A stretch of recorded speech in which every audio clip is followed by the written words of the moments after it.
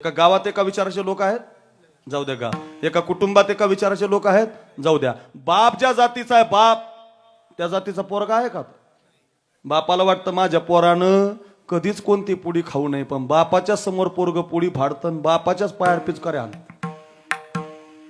राहिलं का? तास एका विचाराचे पिता पुत्र सांगतो तुम्हाला, एक विचाराचे.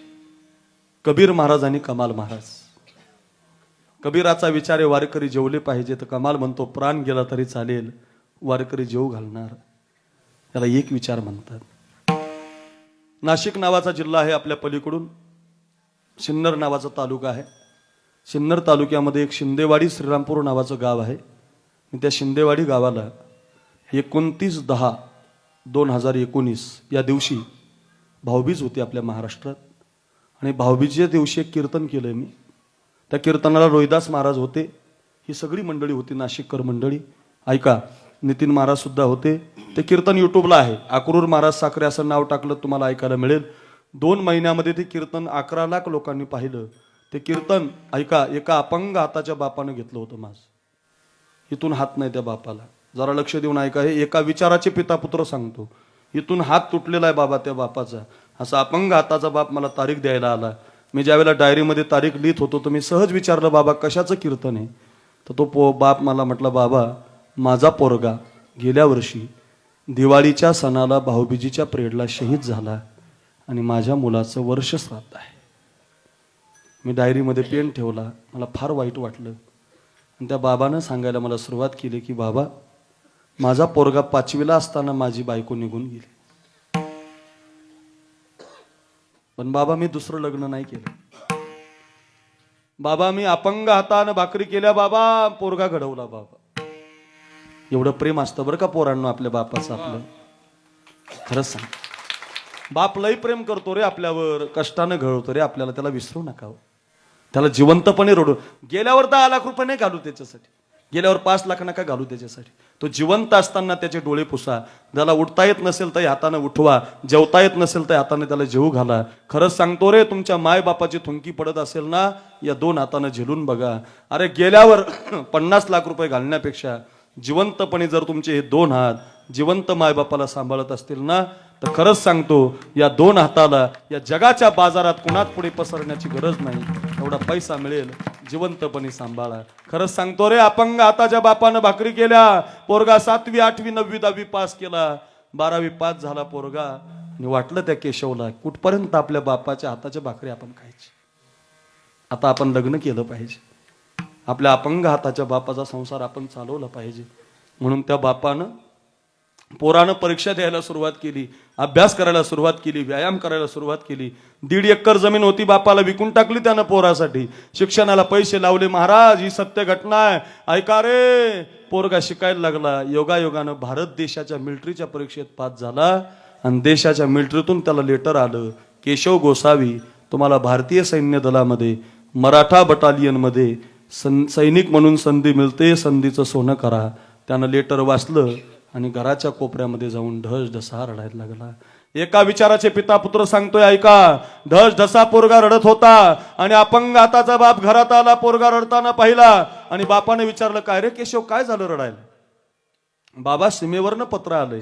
अरे मग काय झालं? बाबा सीमेवरती जावं लागेल, बाबा नोकरी मिळाली सीमेवरची. अरे मग गेलं पाहिजे. बाबा मी जर सीमेवरती लढायला गेलो बाबा आणि लढता लढता जर माझ्या छातीवर गोळ्या गेल्या तर तुम्हाला बाबा मरेपर्यंत अपंग हातानं भाकरी कराव्या लागतील बाबा. त्यापेक्षा मी दुसरी नोकरी करतो बाबा, मी दुसरं काहीतरी बघतो बाबा. नको बाबा ही नोकरी आपल्याला. अपंग हाताच्या बापानं आपले डोळे पुसले आणि अपंग हाताचा बाप म्हटला, केशव अरे तानाजी घाबरला असता तर कोंडाणा मिळाला नसता, मुरारबाजी घाबरला असता तर पुरंदर मिळाला नसता, येसाजी घाबरला असता तर सज्जनगड मिळाला नसता, शिवाजी राजा घाबरला असता तर स्वराज्य मिळालं नसतं, शंभूबाळ घाबरला असता तर हिंदू धर्म कधी टिकला नसता. जा जा जा, तू जर उद्या शहीद झाला तर तुझा हा अपंग हाताचा बाप मरेपर्यंत भाकरी करेल. जा. काय बाप आहे महाराज. अरे बापानं पोरगा काढून दिला, अपंग हाताच्या बापानं पोरगा काढून दिला 2011ला. 11, 12, 13, 14 आणि 15 5 वर्ष देशाच्या मातीसाठी केशव लढला. मराठा बटालियन मध्ये जम्मू काश्मीरच्या खोऱ्यात 2015ला त्याचं पोस्टिंग झालं आणि 3 महिन्याची सुट्टी मिळाली. ऐका ना, त्या शिंदेवाडी गावाला आला तर आमच्या मराठवाड्यामध्ये औरंगाबाद जिल्हा आहे. औरंगाबाद जिल्ह्याला फुलंब्री नावाचा तालुका आहे. फुलंब्री तालुक्याला डोंगरगाव नावाचं गाव आहे आणि त्या डोंगरगावला अर्जुन महाराज पुरी म्हणून आहेत. त्या अर्जुन महाराजांची यशोदा नावाची मुलगी केशवला देण्यात आली. दोघांचं लग्न झालं. आनंदात डिसेंबर महिन्यामध्ये 16 पार पडला. आनंदात संसार सुरू झाला. 2016, 2017, 2018 अशी 2 वर्ष संसारात आनंदात गेली. आणि 2018ला दिवाळीचा पिरियड जवळ आला होता. भाऊबीज जवळ आली होती आणि यशोदेला 9 महिने पूर्ण झाले होते. 9 महिन्याची गरोदर होती यशोदा. अपंग हाताचा बाप झोपडीमध्ये भाकरी करून संसार चालत होता. केशव मात्र बापाची आज्ञा म्हणून देशाचं रक्षण करत होता. हातामध्ये बंदूक घेऊन आपलं रक्षण करत होता. थाटात गणपती बाप्पाचा सप्ताह चाललाय. साखरे महाराज बोलतोय, रोहिदास महाराज गातोय, नितीन महाराज वाजवतोय. तो जर बाजूला सरकला ना, नाही करू शकत आपण हे सगळं. तो सीमेवरती उभा होता. रात्रंदिवस लढत होता. बायकोला दिवस गेल्याची बातमी होती. आता ती माहेरी जाईल, माझा बाप पुन्हा अपंग हातानं भाकरी करेल असं त्याच्या डोक्यामध्ये टेन्शन होतं. ऐका ना, आणि म्हणून माझ्या मुलीलाच 9 महिने झालेत म्हणून तिचा बाप माहेरावरनं यशोदेला न्यायला आला होता. गावातल्या सगळ्या सुवासिनी बायांनी यशोदेच्या आनंदानं वटी भरली होती. आणि त्या दिवशी रात्री सगळे आनंदात झोपली होती. आणि रात्री 2 वाजता देशाच्या मातीचं रक्षण करता करता एका मोठ्या दहशतवाद्याच्या हल्ल्याला केशव सामोरा गेला आणि 2 गोळ्या त्या केशवच्या छातीमध्ये गेल्या. केशव जमिनीला पडला. त्यानं मातीला मुजरा केला. मुजरा करून पोरगा निघून गेला. भारत देशाच्या मातीसाठी गेला. केशव अमर रहे, केशव अमर रहे, केशव अमर रहे. महाराष्ट्रात बातमी आली. भारत देशाच्या झेंड्यामध्ये त्याची बॉडी गुंडाळली. ती बातमी सिन्नर, कोपरगाव, नाशिक सगळ्या भागात पोहोचली. सगळा गाव बंद झाला. जिल्हा बंद झाला. गावची दुकानं बंद झाली. पण अपंग हाताच्या बापाला कोणी सांगितलं नाही. यशोदेला कोणी सांगितलं नाही. न्यायला आलेल्या सासऱ्याला कोणी सांगितलं नाही.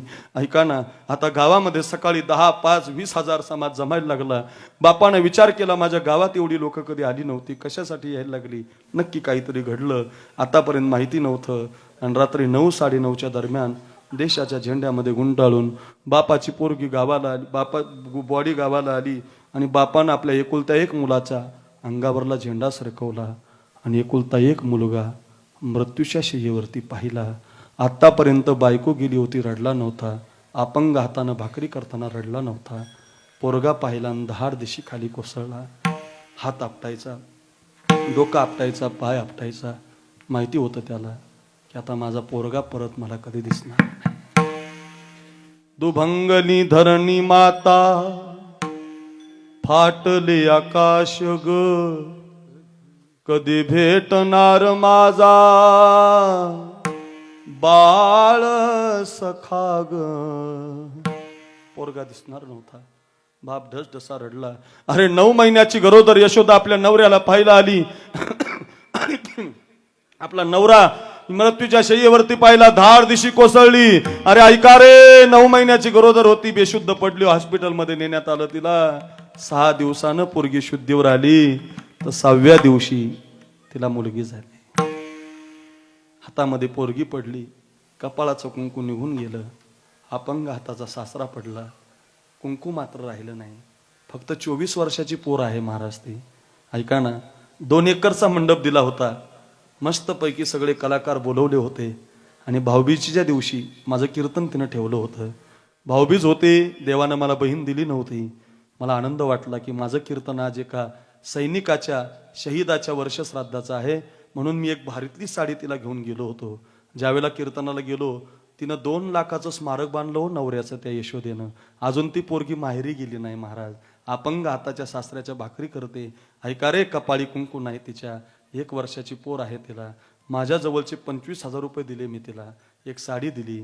सगळ्या महाराष्ट्रानं माझं कौतुक केलं. महाराज, वा महाराज, वा महाराज. आमच्या रोहिदास महाराजांनी मला रात्री 2 वाजता फोन केला, महाराज कोणी नाही करू शकत हो हे. मला त्याचा आनंद नाही वाटला महाराज, कारण ते माझं कर्तव्य होतं. माझं कर्तव्य होतं. मला आनंद त्या दिवशी झाला. सप्ताह झाल्यावर त्या यशोदेनं फोन केला मला आणि मला म्हटली, बाबा खरंच मला तुमच्या रूपानं भाऊ मिळाला. तुम्ही पैसे दिले ना बाबा, तुम्ही पैसे दिले ना बाबा. तुम्ही पैसे दिल्यामुळं कोणत्याच कीर्तनकारानं पैसे घेतले नाही, गायकानं घेतले नाही, वादकानं घेतले नाही, मंडप नाही, सिस्टीम नाही, चटाई नाही बाबा, कोणीच पैसे घेतले नाही बाबा. फार सुंदर सप्ताह पार पडला. ती यशोदा मला म्हटली, बाबा माझी मुलगी आता लहान आहे, ती अजून थोडीशी मोठी झाली ना बाबा. माझ्या नवऱ्यानं माझ्या हातामध्ये हात देताना मला वचन दिलं होतं, अगं माझ्या बापानं मला सांगितलं सीमेवरती लढायला जा. बापाच्या विचारानं मी चाललो. एखाद्या वेळेला लढता लढता जर शहीद झालो तर तुला अभागी जगावं लागेल, दुर्भागी जगावं लागेल. तर त्यावेळेला बाबा मी त्यांच्या हातात हात देऊन वचन दिलं होतं, मालक तुम्ही जर तुमच्या बापासाठी शहीद झालात तर ही तुमची वीर पत्नी तुमचा संसार चालवेल, तुमचं घर चालवेल. एवढंच काय, तुमचे मिलिटरीचे कपडे कपाटामध्ये सांभाळून ठेवील आणि वेळ जर पडली ना बाबा ओ मालक तर तुमचे मिलिटरीचे कपडे मी घालेल आणि तुमच्या जागी मी सीमेवरती लढायला जाईल. काय आश्चर्य आहे महाराज. अरे अशी मुलं जन्माला घाला रे, अशी मुलं पाहिजे रे आम्हाला. ही सत्य घटना आहे, युट्यूबला तुम्ही पाहू शकता. याच्यासाठी सांगतो मी, याच्यासाठी एक विचाराचे पिता पुत्र आहेत, एक विचाराची माता पुत्र आहे, राष्ट्रमाता जिजाऊ, तिचा मुलगा शिवाजी राजा. एक विचाराचे माता पुत्र जसे आहेत तसे भिन्न विचाराचे माता पुत्र आहेत, कैकेयी आणि भरत. भिन्न विचाराचे पिता पुत्र आहेत, प्रल्हाद आणि हिरण्यकश्यप. भिन्न विचार आहे. एक विचाराचे बंधू आहेत राम लक्ष्मण, भिन्न विचाराचे बंधू आहेत रावण विभीषण. एक एक कथा सांगता सांगता 5 वर्ष निघून जातील, पहिलं चरण संपायचं नाही. अर्थ एकच आहे त्याचा. तुकोबारांना पाहिजे होतं माझी जातीचे, माझ्या विचाराचा पाहिजे, तुमच्या जातीचा पाहिजे, पण तुमच्या जातीचा असतो कोण? आवडे